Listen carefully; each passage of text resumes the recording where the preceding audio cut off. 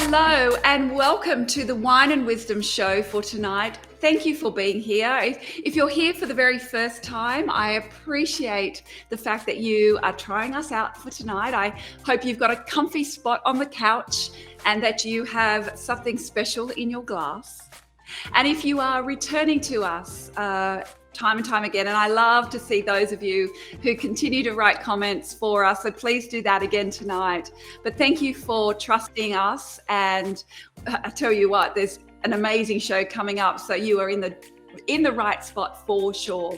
But for those of you who are here for the first time, I'd just like to give you a little brief outline of what this show is about. It's called the Wine and Wisdom Show, but really it's all about connection.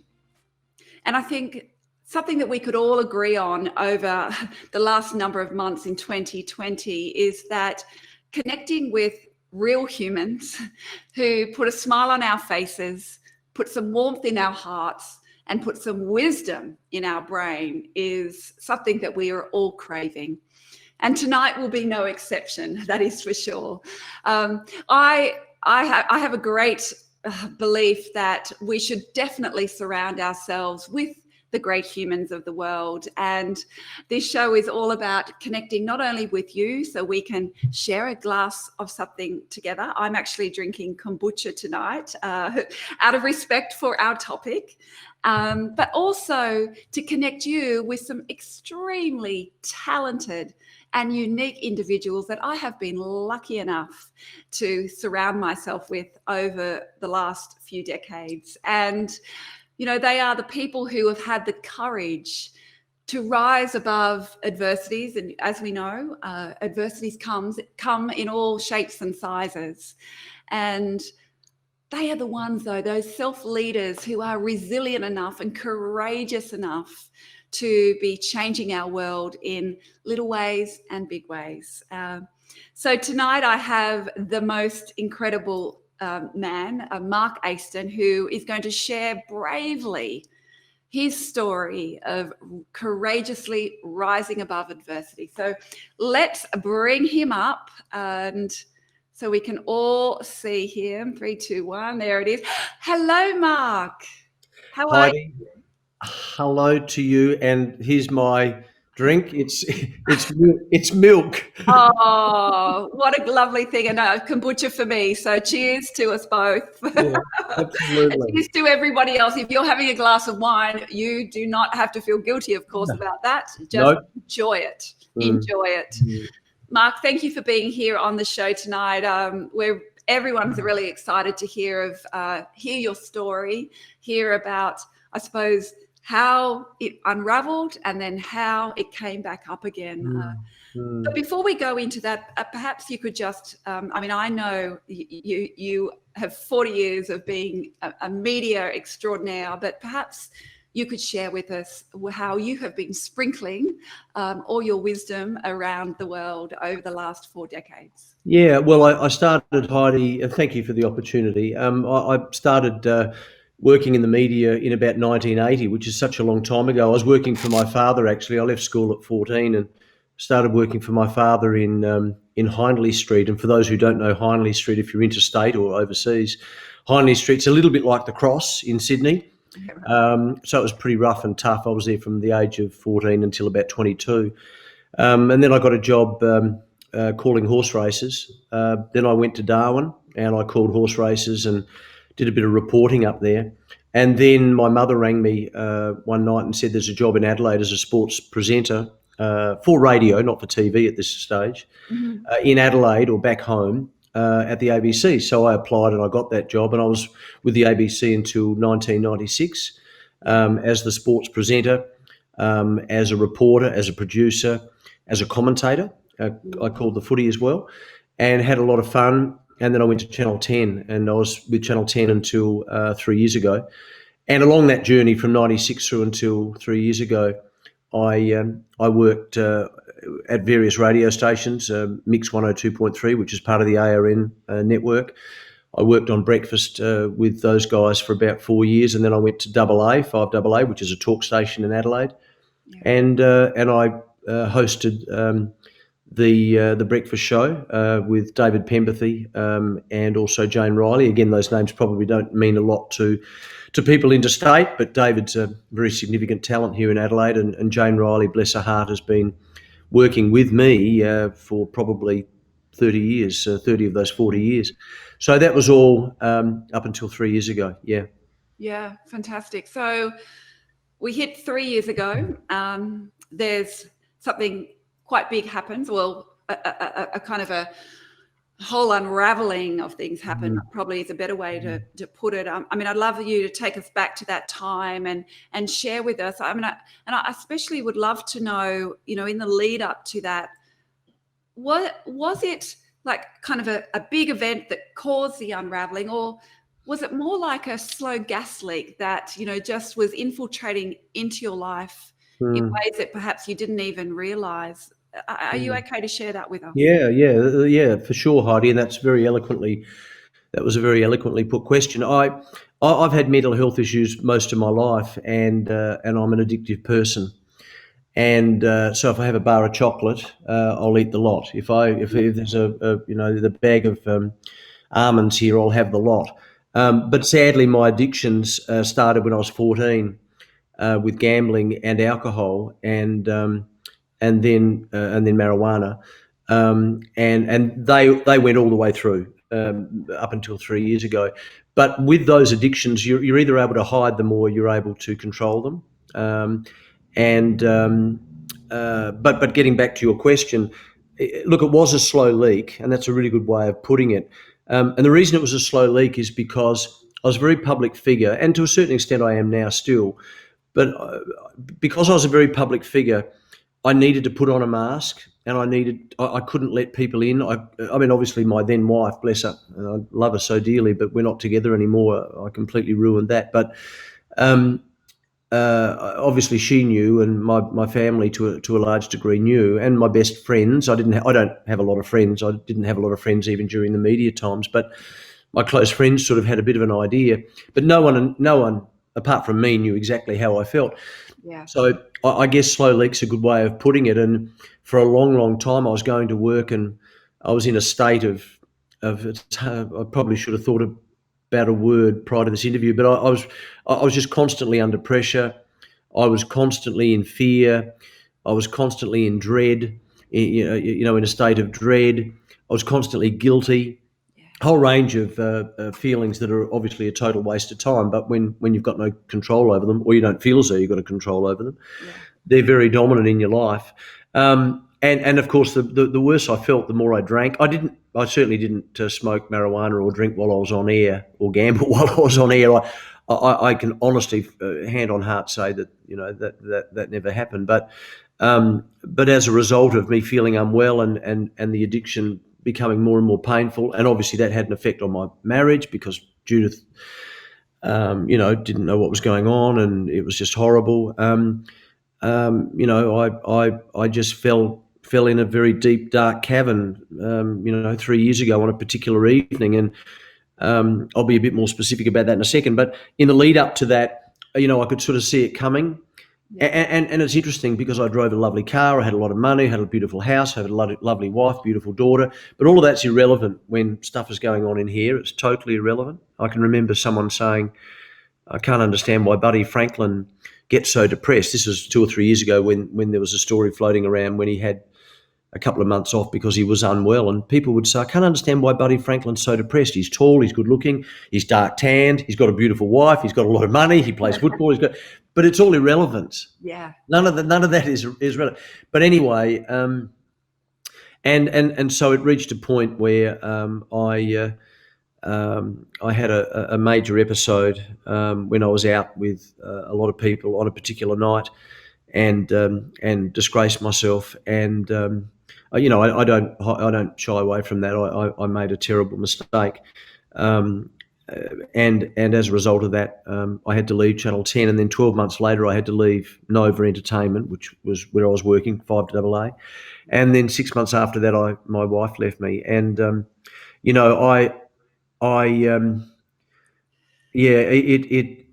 think back, and I was thinking about this an hour or so earlier before this interview.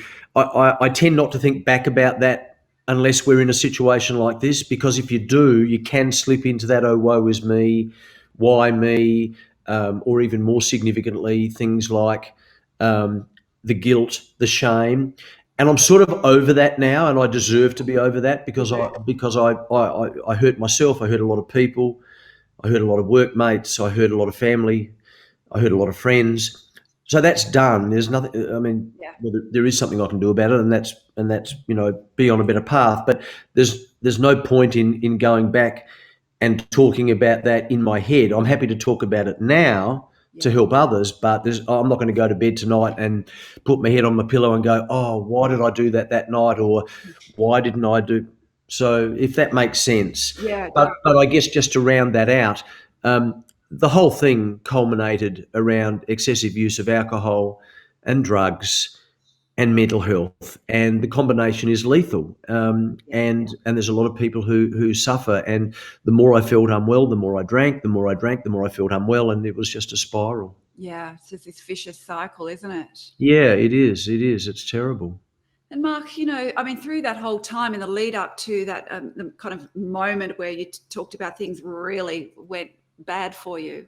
I mean, in leading up to that, you were in front of television, you were on radio, Yeah. you were supporting and guiding and mentoring major CEOs with media training. Yeah. You were highly functional in which, I mean, for anyone looking on, you were highly functional. Yeah. Yeah. And I mean, you talked about the people who did know a bit, of course, but like, how is that? How does Yeah. that happen? How is that so? Yeah. Well, When well, things are really chaotic, really in the background, I suppose. yeah, yeah. Well, it's you've got a screaming monkey on your shoulder, but you're just getting by, and the monkey just tends to scream a lot louder when things are about to collapse. Yeah. Look, again, that's a really good question, and I think I think the answer is really important. And the reason that I was able to do it was because I just needed to bolt the mask on tighter every day as I felt more unwell. And to give you a snapshot as to how that would work, around about 20 to 6 every night, I'd be just checking my scripts before I went on air. And of course, I'd be made up and I'd have the jacket and the suit and the tie on. And the floor manager would come over and say, Mark, you're on in a couple of minutes. So we've just gone to the ad break. And prior to him coming over, probably 7 out of 10, 4 out of the 5 days during the week, I'd feel, I don't want to do this. I can't do this. Yeah. What if I make a mistake? I'm feeling terrible. And the screaming monkeys go. But of course, as soon as he gave me the cue, it just all stopped, and I just did what I had to do. And you'd never have known. I mean, there was probably never ever a time in the 40 years I was on air that you'd go, he's not well. I Yeah. mean, I just switch, and that becomes very tiring. Yeah. And I guess in my life it was a television job that I had to do, but it'll be different in everyone's life, Heidi, because there'll be times where people are going back to their wives and they're really unhappy, and they'll put that mask on, or they'll be going back to their job and they'll be really unhappy, or they'll be going to their family function and they'll put on a mask and they'll be really unhappy. Yeah. I'm not here to stand on a soapbox and say you shouldn't do this or you shouldn't do that. But what I can say with absolute clarity is that if you continue to do that, there's every chance that what happened to me will happen to you. I won't say it definitely will, but there's every chance, because you can't keep that up. It's not healthy. Yeah. It's not healthy for anyone. It's not healthy for the job you're doing or the people that you're working for, because you're giving, you feel as though and maybe you appear to be giving 100%, but are you really? No, because you're not happy there or you're unwell. So something has to give, and it did with me. It did. It was our Are You OK Day last week. Yeah. And, I've been thinking about that in preparation for our interview, and knowing how brave you are with, saying all of this out loud. And thank you so much, because I think, I mean, really, to be able to converse about it so we can reduce the stigma about it's okay to say I'm actually not okay. But, Yeah. I mean, my question for you about that, linking to that day, is that, I mean, when it was just so chaotic and you were at the depths of depression and addiction and making, those silly decisions that were not serving you well professionally or personally, could there have been somebody or something particularly that was said to you that could have steered things in a better direction earlier than before you really unraveled? Yeah. What can you say to us who are looking on to people perhaps, and we might not know because they could be as highly functioning as you were. What do we do as onlookers to help? And again, a very poignant question, and probably the most important question I think you'll ask tonight in terms of my answer. I'm not doing a lot of it, but when I talk publicly about this sort of stuff, I worked for the police force here in Adelaide 12 months ago. I did some presentations just recently for a real estate business. I spoke to a football club. What I tend to do, and I'm answering your question here, what I tend to do is I tend to talk about what happened to me. And of course, it got worse because I went to rehab, obviously, which was 16 months ago. I mean, that's when it sort of reached its absolute zenith, I guess. But when I talk to organisations and individuals, my absolute crystal clear message is so short and so obvious. But obviously, you need to just explain your story and explain to people what happened, and then how bad it got, and then the journey I'm on now. And it's a journey. I don't think you ever get there, but it's a journey. So I'm certainly not here to stand up and say I'm 100%. I'm really good, but it's a daily, almost an hourly thing. But my message, Heidi, is, and this relates to your question, is that if I had my time again, 25 years ago, I would have done something, because 25, 30 years ago, I knew something wasn't right. But hindsight's a great thing. But I guess my message is simply this. If you feel, and this is the metaphor I use when I speak to groups, I reached a fork in the road. Metaphorically speaking, I reached a fork in the road, and on the left-hand side of that road was the road or the path that I'd been down, but of course not down to the depths, but I'd been down that road, and that was dark, and it was depressing, and it was horrifying, and it was worrying and concerning, and it was full of sadness and all that. And I know that sounds terribly depressing, but that's how I would describe that path. So when I reached the fork in the road, when I had my breakdown and then consequently went to rehab, or prior to going to rehab, I was down that road. And the reason I was down that road was because I didn't really understand how to get out of it.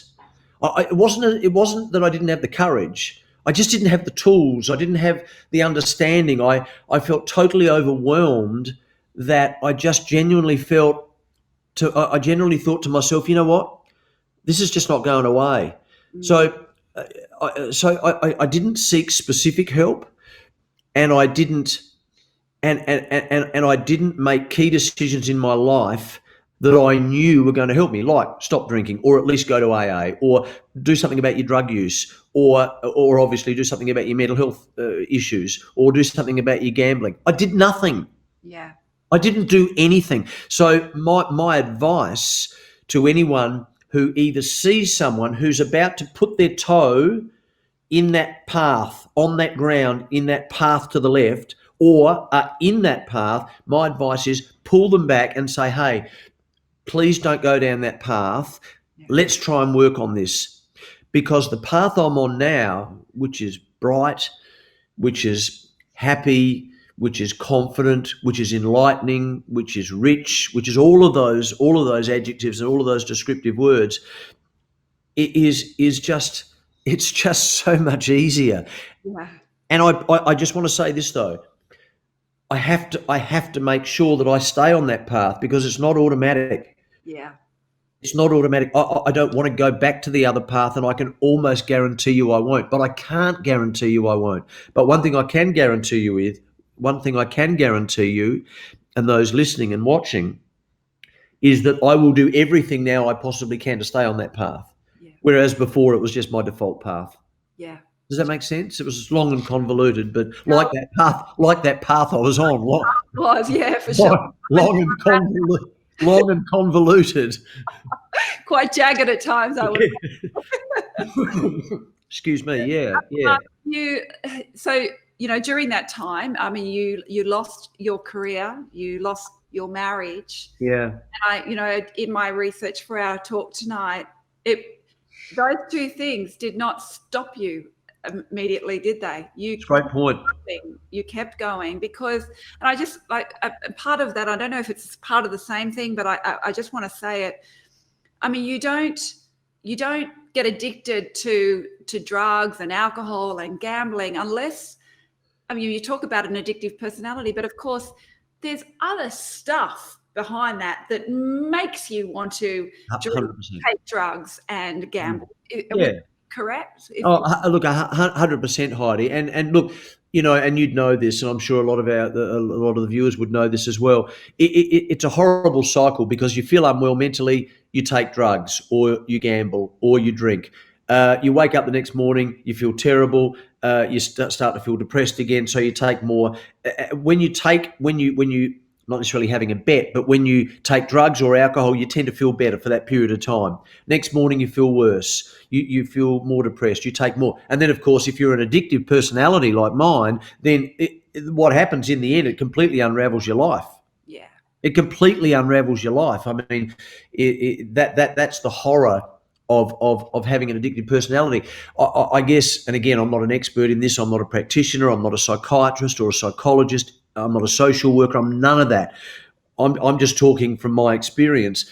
But things might have been different if I didn't have an addictive nature, or God forbid, if my father hadn't have asked me if I wanted to have a bet when I was 14 years of age. I don't know. But if I wasn't an addictive person, or if I didn't have an addictive nature or personality, then perhaps after a couple of years when I was 15, 16, 17 of not feeling well, maybe things might have been different. I might not have been heavily into alcohol and drugs and gambling. I might have just been doing nothing and feeling bad and then gone to a doctor and got well. I don't know. No. But the combination of the two, or the combination of the four, and thank God I never took ice or heroin, but the combination of all of them is just it's just a Yeah. it's just it's just a license to ruin your life, and sadly ruin other people's lives as well, which is something that I need to be really careful about, that I don't get too down about, because there's not much you can do about that. You just have to apologise and move on. So you've got some non-negotiable habits, Yeah. behaviours now that you're really, really strong on. Yeah. What are they? Okay, so not drinking and not using drugs are the two main ones. I'm still getting therapy for gambling. Yeah. But the drugs and the alcohol For you to are. give up? Is that what you're saying?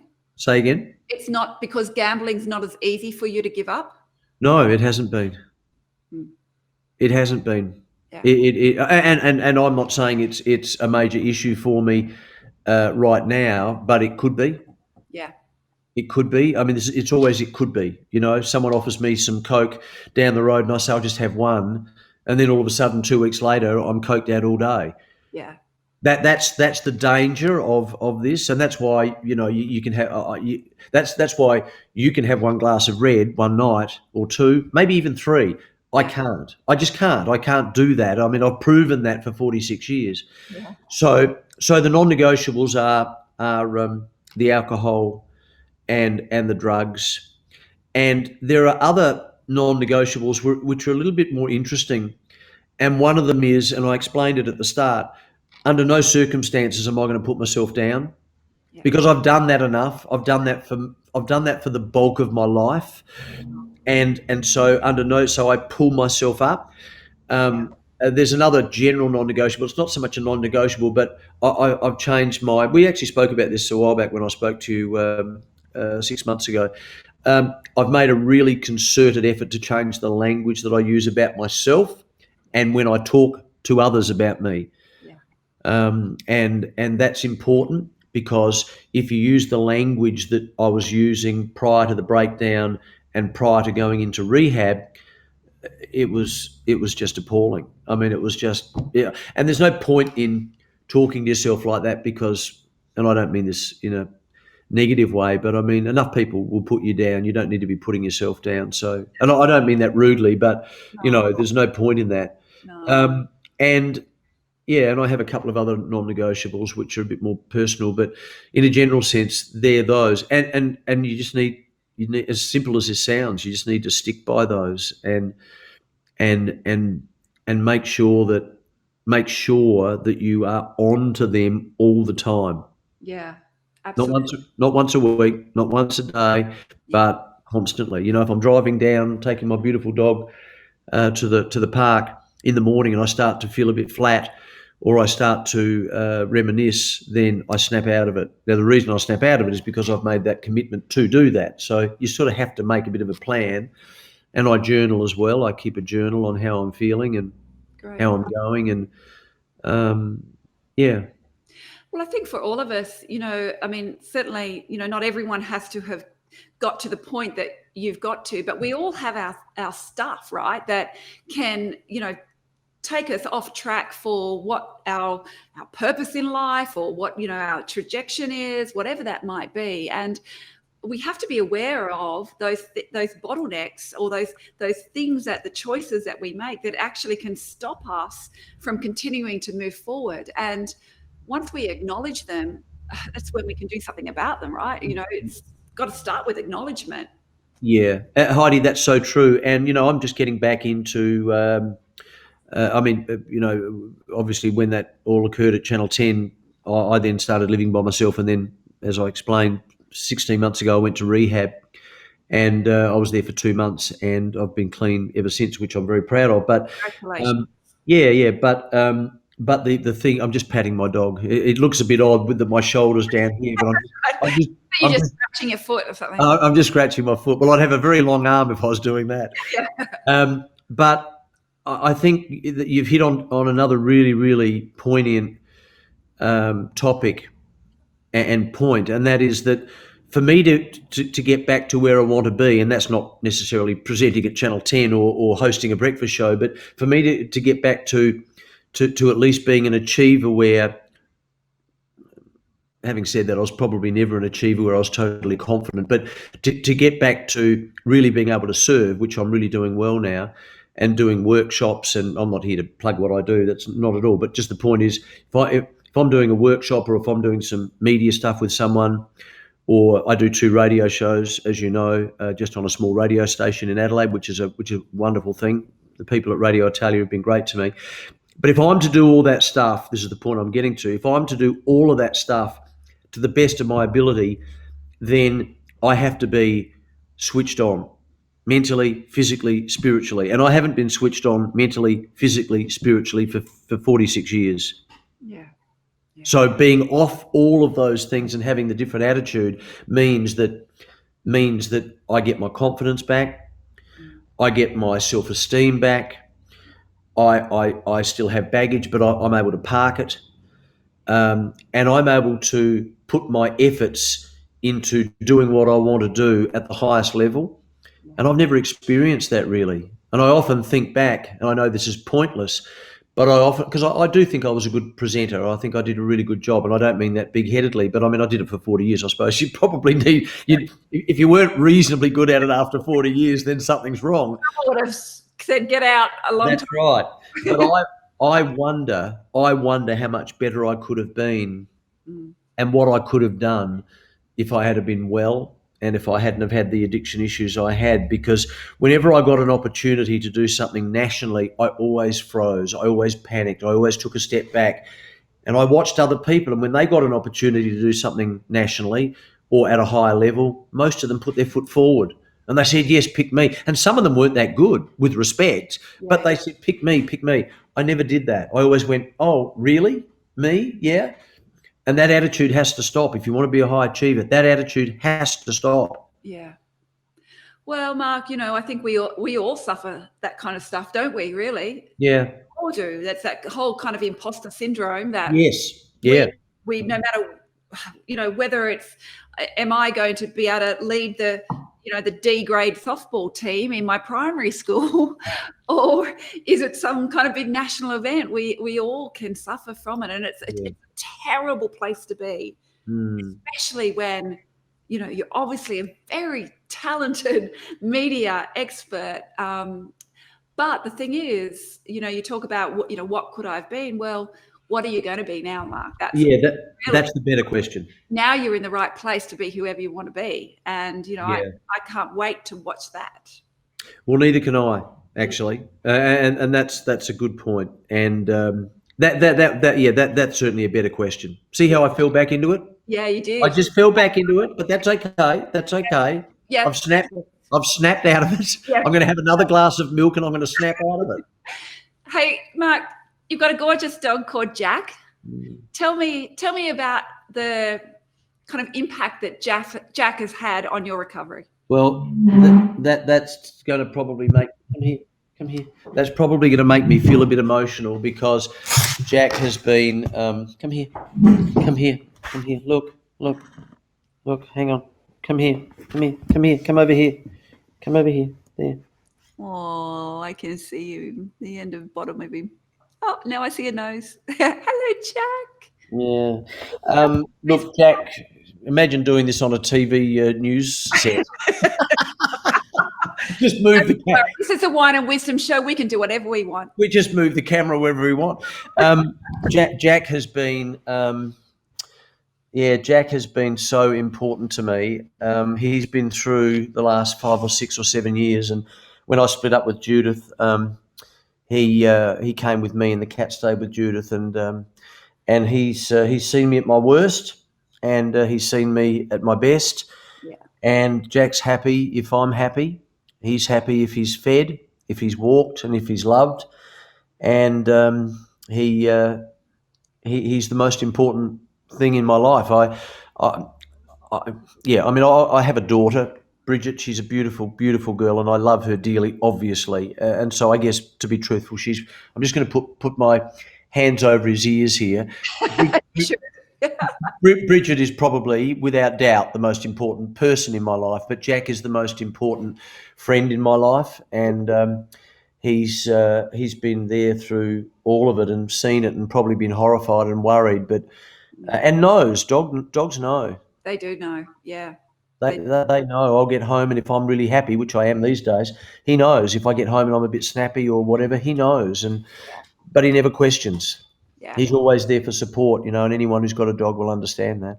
Absolutely. Yeah, we have one of those, and gosh, what a difference it can make on those days when it just feels like that black cloud is going to wrap you up and then just bury you. I know. The love of a dog and that greeting and just that intuition they seem to have is so special. Yeah. He is beautiful, and I'm going to have one last go at this. He is beautiful. Here, Jack, look. Here. Come on, Jack, let's see you. Here, come here. Oh, I can see you. Can you see this? Where's this? Look. Hey, Jack, we're watching you. Hey, there you go. Who's that? There's going to be thousands of people watching now, Yeah. Mark, so he's very important. He's very important to me, Heidi. Yeah, absolutely. I wish I could give him a hug. I have 2 final questions for you. Firstly, I do a lot of work around resilience and about to ensure that we are resilient to the, really curveballs and cannonballs that can come into our lives. You've certainly been knocked by a number of cannonballs. They're not just those kind of little curveballs. They are some big ones. You talked about what you take out of your day. You say, I don't drink, I don't take drugs. What do you put into your day every single day to ensure you are resilient enough to fight the demons that I know that you have to fight still, despite the fact you're clean, despite the fact you're confident, despite the fact that you are sharing your story and helping others? Those demons are still trying to grab at you at times, I'm sure. We talk about it, I'm not sure I know. Yeah. What do you put in to ensure that you can be resilient enough to push them away enough? Yeah. So it's another very good question. So the obvious one is what we spoke about, and they're the things that I've decided I'm not going to do under any circumstances. Yeah. That's number one. Number two is, and I mentioned this earlier, but I'll just explain a bit more. Keeping physically, mentally, and spiritually fit. So I do meditation in the morning. I go to the gym and I swim. I mean, obviously the gyms were all closed here for a while, but they're back, and that's when I really appreciated it. Yeah. So that's my spiritual time. I go there and I sit in the sauna. Spend a lot of time in the sauna. Then I go and have a swim. I generally do about between 15 and 20 laps. I know this sounds really obvious and basic, but it's so important to me. Yeah. If I'm just feeling a bit off or a bit slightly off, then I head to the gym. It might be that it's the second time during the day. That's the most important thing for me. Yeah. I make sure that I'm organised and I'm not rushing from here to there to here to there to doing this to doing that, because that causes stress. And so I always plan my day the night before. And again, I know this is basic. I understand that, but it just takes the stress Yeah. out of the day. Together. Yeah. I'm not anal to the level of, and some people I know are anal to the level of backing their car in so they don't have to back it out so they can drive it straight out, or having all of their clothes out perfectly for the next day. I'm not that anal, but I can see why people would do it because it's all organised and ready to go. Yeah, So absolutely. that's fine. Whatever it takes, right? Yeah. I take Jack for a walk in the mornings and at night, which is not at night recently because I've been working a bit, but as often as I can at night, but generally in the mornings. And that again is really important for him, but it's important for me.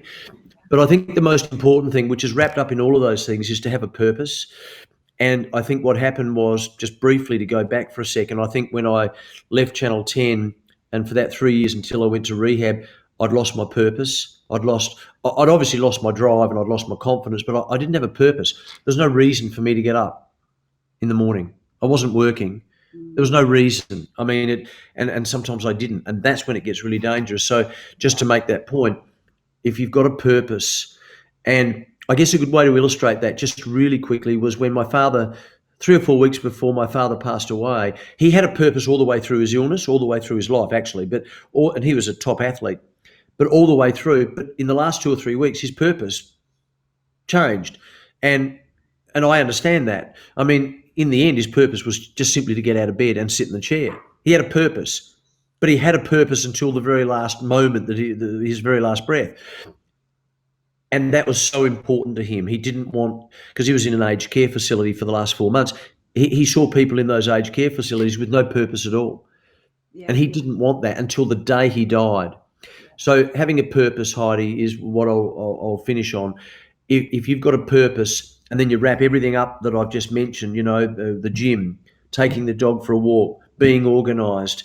And I guess the other thing I'd say that's really important is that, and again, this sounds so basic, but when something doesn't go your way, rather than thinking about how bad it was, or or oh, I shouldn't have done that, maybe just think about doing it better next time. And if you can think that way, then what that does is that will give you confidence the next time you do it. And the next time you do it, it might not work out either, but you do exactly the same thing. Yeah. But you can't think that way when you're unwell. No.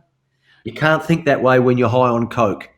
Yeah, right. You Yeah. can't do it. Yeah, your brain won't function in a way that You can, have, yeah. no, you have to be in the state that I'm in now Yeah. to be able to think that way. Yeah. Yeah. Oh no, I mean, I think like purpose far out, it's just the foundation of what we need to keep putting that one foot in front of the other in the good times and in the bad times.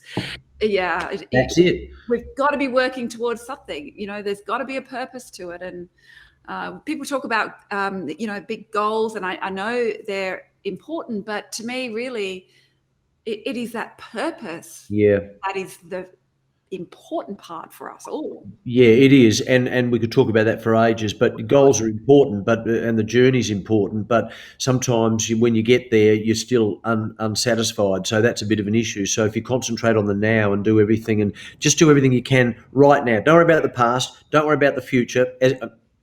I know that contradicts what I say about having a purpose, but what I mean by that is, if you just concentrate on doing your job now, then tomorrow will take care of itself, and then the next day will take care of itself. And And I remember, I think it was Nixon, wasn't it? When Nixon got the flick as the US president, he was interviewed by Frost, and I think Frost said to him, "What was the hardest thing that you found?" And he said, "I didn't have a purpose. I Wow. got up in the morning. I didn't have a purpose. I'd have, and of course that means, you see, that, and this is a topic for another day, but that means that he really defined himself by his job, which I don't want to do. Yeah. I don't want to do that. Yeah. But it does help you when you've got a job, Of because course. that obviously helps you financially, and obviously helps you because you've got things to do. But there are other things to do that aren't a job that can still give you that same purpose. Absolutely. Yeah. Without doubt. And I mean, that, I don't know if it's going to be the same answer, sort of, kind of, to my last question for you. And that is, when you think back over the years, and I'm sure when you were in that really bad place, a lot of people had all this advice for you. But I'd like you to think about, what was the most impactful piece of wisdom that you were given? And what impact did that have on you? And what have you done because of that? Well, that's a good question without notice, but I think I can probably answer. And there's probably, look, I think the best way to answer that is, over the years I probably haven't been offered a lot of significant advice, because I didn't have a lot of friends. A lot of people didn't really know what to say. Yeah. A lot of people didn't understand. But when I went to rehab, Jackson Oppie, who was he's one of the owners of the Heidi Clinic, which is where I went, and I'm very grateful for Jackson. I haven't spoken to him for a while, but he really was, I suppose in a lot of ways, he sort of partly saved my life, really. My sister and my best mate were the ones that got me to in the end agree to go to rehab, but Jackson took me in and looked after me. I can remember doing the exit interview with him about 2 days before I was about to leave. Yeah. And it's quite a significant interview. And actually, we recorded it, and I actually put it on Facebook. He allowed me to do that. So it was an interview about, how do you feel? Do you think you're going to be able to be okay? Do you think you're going to be able to cope, and all that sort of stuff? And I was really confident, and I was really happy, and I was really high. You when you're in rehab for that period of time, and you're about to come out, you suffer what's called, not suffer, but you have what's called I think it's called the pink cloud, which is where you're sort of euphoric because you've done so well. You're off everything, So much. but you didn't have a lot of responsibility in there, because your food's cooked for you, everything's clean for you, your bills are being paid for you. So all of a sudden you come out, and then all of a sudden you're back to reality. But anyway, he said to me, Heidi, he said, just understand that this has been a really traumatic experience for you and for a lot of people. He said there's no getting away from that. And this is a bit similar to what I said to you earlier, but he said, you're not going to move forward unless you move forward. And I said, can you just explain that? And he said, well, what I mean by, and of course I understand what he means now. What he meant was, you can't live in the past, and you just can't whip yourself for stuff that you can't change back then. And he said, and I haven't spoken to him for a while, and I'd look forward to having a chat to him, and I think he'd be really proud of me. But the point he was making was, if you live in the past, if you live in your own pity party, if you blame others, if you don't take responsibility, then nothing's going to change. Yeah.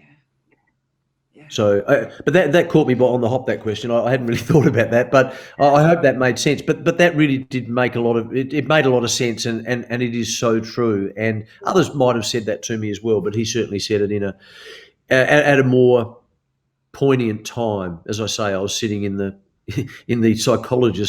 psychiatrist's room with Jackson and I, with a microphone in between us. We were doing my exit interview. It was quite hilarious, really. I mean, it wasn't a hilarious interview, but it was quite hilarious that. Anyway, that's modern media, I suppose. And he was happy to do it, and I was happy to do it. But no, that was very that comment and that discussion we had about that particular situation and how to move forward was very important to me. Yeah. Well, Mark, thank you for sharing your story, being brave enough to continue to say it out loud. I know your purpose for it all is for everybody to understand that you can get to the very rock bottom. You can get there, but still come back out again. And I mean, to hear about how bad it was for you, but yet here you are saying it out loud, having that courage to share your story in the hope that, I mean, if you could impact one person between now and the time you die, I would imagine that would be a great gift that you could give somebody. Yeah, and look, it's a bit selfish because whenever I do and as I said, I don't do many of them, but whenever I talk to an organisation or a group of individuals, I do always walk away feeling really good. Yeah. I feel good for them, hoping that I've helped someone, but I also feel good for myself. I mean, I wish I didn't have to do it. I wish it hadn't have happened, but it did. So, at least I can hopefully bring some good. And I don't, I don't want to say that everything is absolutely 100% because with anyone, it never is. Yeah. It never is. I mean, but it's 200% better than what it was. So.